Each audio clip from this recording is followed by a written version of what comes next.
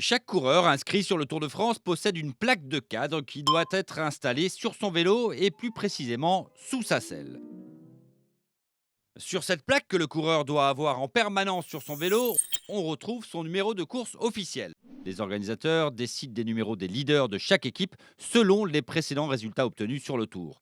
Par exemple, le tenant du titre a le numéro 1 et ses coéquipiers ont les dossards suivants allant jusqu'à 8.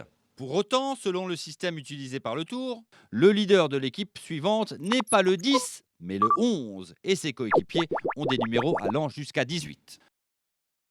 Le leader suivant a le 21, et ainsi de suite. De cette façon, les leaders désignés des équipes ont toujours un numéro 1 et sont ainsi plus facilement identifiables.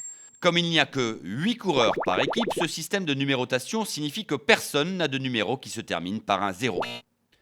Avec 23 équipes dans le Tour et un total de 184 coureurs, le dernier coureur en termes de numérotation porte le 228. Ce système n'est pas pour autant figé et il y a des exceptions.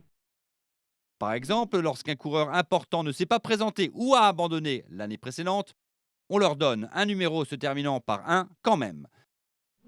Ainsi, en 2015, Chris Froome avait le numéro 31 après avoir abandonné sur chute en 2014. L'autre information essentielle inscrite sur la plaque de cadre est son nombre de victoires d'étape obtenues sur le Tour de France. Cette information se trouve dans un coin de la plaque sur un autocollant qui peut être facilement mis à jour à la fin de chaque étape si le coureur a obtenu un succès de plus.